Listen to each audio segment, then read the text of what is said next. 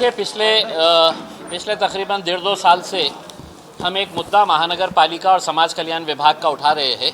रमाई घरकुल योजना जो है ये एक बहुत अच्छी स्कीम सरकार ने शुरू की थी, जिसका मकसद ये था कि एससी समाज के जो गौर गरीब लोग हैं, जो कच्चे घरों में रहते हैं, जिनके पास एक 200-300 स्क्वायर फीट का एक छोटी सी ज़मीन है, उन लोगों को पक्का घर बनाने के लिए सरकार 2.5 लाख रुपये देती है। वो स्कीम बहुत अच्छी होने के बावजूद भी एससी समाज के गौर गरीब लोगों का फ़ायदा क्यों नहीं हो रहा है? क्यों वहाँ पर झोपड़ियाँ वैसे के वैसी बसी हुई है, झोपड़पट्टियाँ वैसी की वैसी बसी हुई है? इसकी हम जब छानबीन किए तो हमें ये पता चला कि बहुत सारे शहरों के अंदर ऐसी धांधलियाँ चल रही है। हमारे शहर के अंदर तो कुछ हद ही पार हो गई है कि यहाँ पर जो अपने आप को भाऊ, दादा और ये समाज के बड़े बड़े नेता कहने वाले लोग जो बड़ी बड़ी गाड़ियों के अंदर घूमते हैं, अपने ही गौर गरीब समाज को कैसा लूट रहे हैं, हमने इसकी इंक्वायरी करे। और वो इंक्वायरी के अंदर हमको समझ में आया है कि 3,000 रुपये अगर आप उनके लोगों को देते हैं तो टोटल फाइल 3,000 रुपये के अंदर बन के मिल जाती है। अब वो उसके अंदर क्या क्या होता है, तो आपका रहीवासी सर्टिफिकेट होना चाहिए, उसमें आपका इनकम सर्टिफिकेट होना चाहिए 1 साल का, उसमें आपका रेसिडेंशियल ये होना चाहिए, फिर आपकी टैक्स रिसीप्ट होना चाहिए। वो टैक्स रिसीप्ट के साथ आपको कास्ट सर्टिफिकेट एक लगाना है और पीला राशन कार्ड आपको लगा के देना है। बस ये 5 डॉक्यूमेंट्स हो गए, आप दे दीजिएगा लेके जाके, और 2.5 लाख रुपये है तो लेके गायब हो जाइए। कई सारे गौर गरीब लोगों से इन्होंने झोपड़पट्टियों में जाके ये डॉक्यूमेंट जमा किए और ये डॉक्यूमेंट्स की बुनियाद के ऊपर इन्होंने वो फाइल तो सबमिट किए, लेकिन पैसा जो है वो डायरेक्टली अपने अकाउंट के अंदर, अपनी पद संस्था के अंदर मंगाए, अपनी कोई कोऑपरेटिव बैंक के अंदर मंगाए, और ये पैसा जो है ये भाऊ दादा लोगों ने अपने जेब में रख लिए। कई 100 करोड़ रुपए की हम बात कर रहे हैं। पिछले कई सालों से ये जो झोल चल रहा है। अब जब ये मामला हम देख रहे थे कि इतनी सारी शिकायतें मैंने किया था, मैंने चीफ मिनिस्टर देवेंद्र फडणवीस को किया था, मैंने सोशल वेलफेयर के मिनिस्टर, जो दुर्भाग्य से हमारे ही अपने मिनिस्टर है, यहाँ के पालक मंत्री है संजय सिरसाट, एससी समाज से ताल्लुक़ रखते हैं और उनके नाक के नीचे ये धांधली चल रही है। हमने सोशल वेलफेयर के सेक्रेटरी हर्षदीप कामड़े साहब, बहुत अपराइट ऑफिसर है, बहुत अपने समाज के लिए बहुत कुछ अच्छा किए हैं उन्होंने, उनको भी हमने पत्र लिखे, यहाँ के डिविजनल कमिश्नर को लिखे, यहाँ के कलेक्टर को लिखे, और म्यूनसिपल कमिश्नर को मैंने कितने लेटर लिखा है मुझे भी खुद ये नहीं है, सबके इनवर्ड है मेरे पास। उसके बाद जब कुछ नहीं हो रहा था तो मैंने खुद ने एंटी करप्शन डिपार्टमेंट गया, एंटी करप्शन में डिपार्टमेंट में जाके है तो मैंने पूरा पुरावे दिया उनको, लेटर्स दिया उनको, समझाया कि कैसा ये स्कैम चलता है। कुछ नहीं हुआ। फिर हमने सोचा कि अब है तो हम कोर्ट में जाएंगे, क्योंकि महानगर पालिका अभी 23 करोड़ रुपये अभी रिलीज़ कर रही है। ये रिलीज़ होते ही 31 मार्च से पहले आपके अकाउंट के अंदर और 40 करोड़ रुपये आ जाएंगे रमाई घरकुल के नाम के ऊपर। लेकिन ये पैसा सही मानों में वो गरीब लोगों के पास पहुंच रहा है क्या? तो नहीं पहुंच रहा है। तो बहुत सारे हमारे साथियों ने भी बहुत सारे डॉक्यूमेंट्स निकाले। मुझे लिस्ट नहीं दी जा रही थी कि कितने लोगों को पैसा दिया जाने वाला है, कितने लोगों के सैंक्शन हो गए, तो मैंने खुद ने अपने लेवल के ऊपर निकाला और मेरे फेसबुक पेज के ऊपर वो लिस्ट डाल दिया। तकरीबन 250-300 पेज की लिस्ट है वो। उसके बाद लोगों ने ये बोला कि भैया उस्मानपुरे में तो ये आदमी रहते ही नहीं है, इसका घर ही नहीं है। किसी ने बताया कि साहब ये तो रेलवे स्टेशन के ऊपर सादत नगर के अंदर है ही नहीं इसका मकान।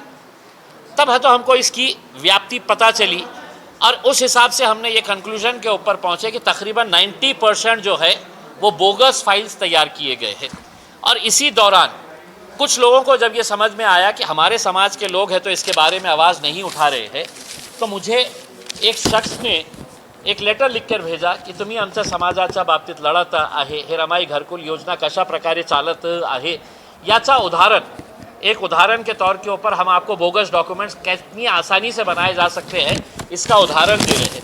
तो उन्होंने उदाहरण के तौर के ऊपर ओरिजिनल डॉक्यूमेंट्स भेजे। किसके नाम के ऊपर भेजे?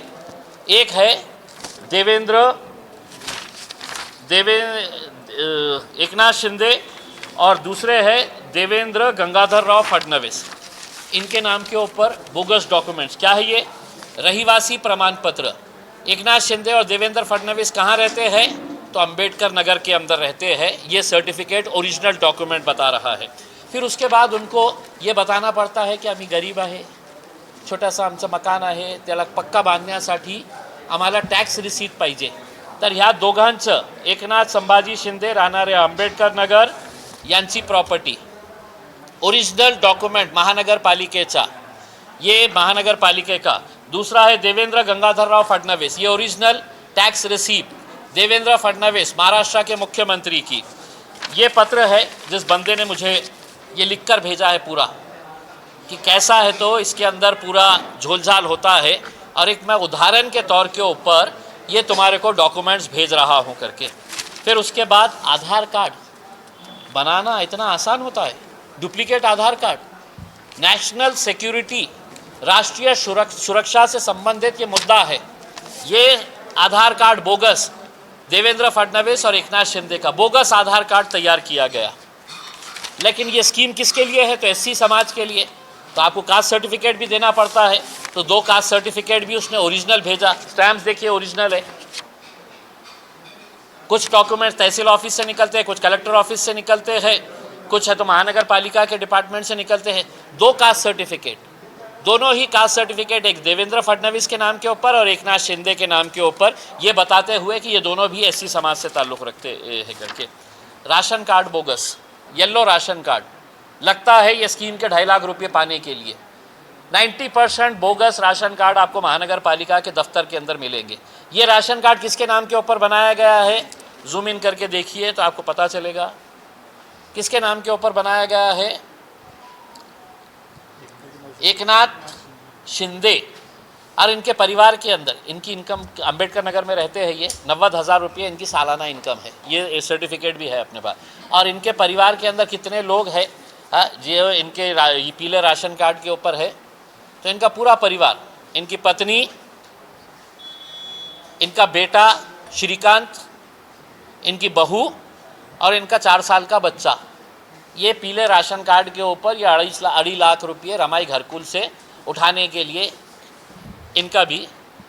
तो आप देखिएगा कि इतना होने के बावजूद भी पुलिस, सरकार, प्रशासन सब खामोश बैठे थे. तो मैं सोचा कि अब चलिए अब कोर्ट में जाएंगे करके. लेकिन फिर मैंने सोचा कि कोर्ट में जाने से पहले अब ये डॉक्यूमेंट्स है तो जनता के बीच में लेकर आएंगे कि मैं जो चीख कर कह रहा था कि 90% डॉक्यूमेंट जो है वो सब बोगस है. इसका कर्ता धर्ता जो है अंबेडकर नगर का भारतीय जनता पार्टी का, जिसकी पत्नी है कॉरपोरेटर है भारतीय जनता पार्टी की, कर्ता धर्ता वो है जो मेरे हिसाब से पिछले 2-3 सालों के अंदर नहीं भी बोले तो 75 से 100 करोड़ रुपये सिर्फ अकेले उसके नाम के ऊपर, अकेले खुद ने नहीं रखा है, इसके अंदर वाटअप होता है. महानगर पालिका के ये अधिकारी को इतना जाएगा, साइन करने वाले इसको जाएगा, जेई के पास इतना जाएगा, क्लर्क को इतना जाएगा. ये फिक्स है कि 2.5 लाख में से 70,000 रुपये अपने को महानगर पालिका के अधिकारियों के अंदर बंटवारा करना पड़ता है. 70,000 रुपये. इसके अलावा हमने एक ऐसा डॉक्यूमेंट भी बताए हैं कि जो हाथ से लिखा हुआ है. कभी आपने देखा है, ये पूरी जो लिस्ट है, यादी है, रमाई घरकुल योजना के बेनिफिशियरीज की यादी है, हाथ से लिखा हुआ है. समाज कल्याण विभाग के अंदर ये भाऊ दादा ये वो जाते, एक क्लर्क वहाँ पे बैठता, बोलता लाओ कितने हैं तुम्हारे नाम, 20 नाम है, नाम बताओ. तो वह नाम लिखता उसके ऊपर. एक नाम के पीछे उसको 3,000-5,000 रुपये आपको देना पड़ता, वो नाम आ जाता है. कभी आपने किसी सरकारी विभाग के अंदर ऐसा देखा है कि इतनी बड़ी यादी हाथ से लिखी हुई और इसके बेसिस के ऊपर पैसा सैंक्शन किया है समाज कल्याण विभाग और महानगर पालिका ने. अब 23 करोड़ रुपया रिलीज़ होने वाला, आयुक्त ने सुना है साइन कर दिए है. एक अधिकारी है पिंगड़े मैडम बोल के, पिंपड़े या पिंगड़े मैडम बोल के है, जो अभी नई आई है, उसके ऊपर दबाव डाला जा रहा है. किसकी तरफ से डाला जा रहा है कि जो भारतीय जनता पार्टी के मंत्री है अतुल सावे, उन्होंने आयुक्त को कहा कि ये पैसा जल्द रिलीज़ करो. संजय सिरसाट साहब ने कहा कि ये पैसा जल्दी रिलीज़ करो, उसके अंदर हम संभाल लेंगे करके. म्हणजे संभाल लेंगे क्या, अपने बड़े बड़े नेता जो उनके तलवे चाटने वाले हैं उनको पैसा खाने दो. समाज गया चूल्हे में, तो इनके दबाव के अंदर ये सब किया गया. 23 करोड़ रुपये जैसे ही आज और कल के अंदर रिलीज़ होने वाले थे, तो समाज कल्याण 40 करोड़ रुपये और डालने वाला था. मैंने समाज कल्याण अधिकारी से पूछा, मैंने खुद ने फ़ोन करके, आप भी जाके उनसे पूछ सकते हैं कि आपके पास 40 करोड़ रुपया है, आप क्यों नहीं डाल रहे हैं? तो उसने मुझसे कहा कि हमने महानगर पालिका को कहा है कि तुम ये पैसा बांट किसको रहे हैं, उसकी यादी हमारे को दो, हम वो शाहनिशा करेंगे और उसके बाद है तो हम देंगे। तो महानगर पालिका ने बोला कि नहीं, अभी हम यादी नहीं, तुम 40 करोड़ रुपये हमारे अकाउंट में डलवा दो। तो ये पूरी जो धांधली है, ये सब मिली भगत है, सबके पास पैसा जा रहा है। 23 करोड़ का हिसाब भी मुझे बताया गया है, लेकिन मेरे पास चूँकि पुरावा नहीं है, जो इसका करता धरता है वो सब 23 करोड़ में से कौन से नेता को कितना पैसा जाने वाला है, कौन से अधिकारी को कितना पैसा जाने वाला है, ये सब हिसाब किताब बताया गया है। मेरी उम्मीद ये है कि अब मुख्यमंत्री साहब, असेंबली का सेशन चल रहा है, उसमें इंक्वायरी की, और सादी इंक्वायरी ना करें, आपको स्पेशल इन्वेस्टिगेशन टीम तैयार करना पड़ेगा। SIT तैयार करके इसकी पूरी 5-10 साल की है तो पूरी है तो हिसाब निकालेंगे। तो मेरे हिसाब से SC समाज के भाऊ दादा जो है वो कुछ महीनों के बाद है तो आपको हरसूल जेल के अंदर मिलना चाहिए, क्योंकि अपने समाज के लोगों को साथ उन्होंने जो झोल किया है। इसमें सबसे बड़ा नाम जो आता है, क्या नाम है, महेंद्र सोनवने, अम्बेडकर नगर का कॉरपोरेटर है।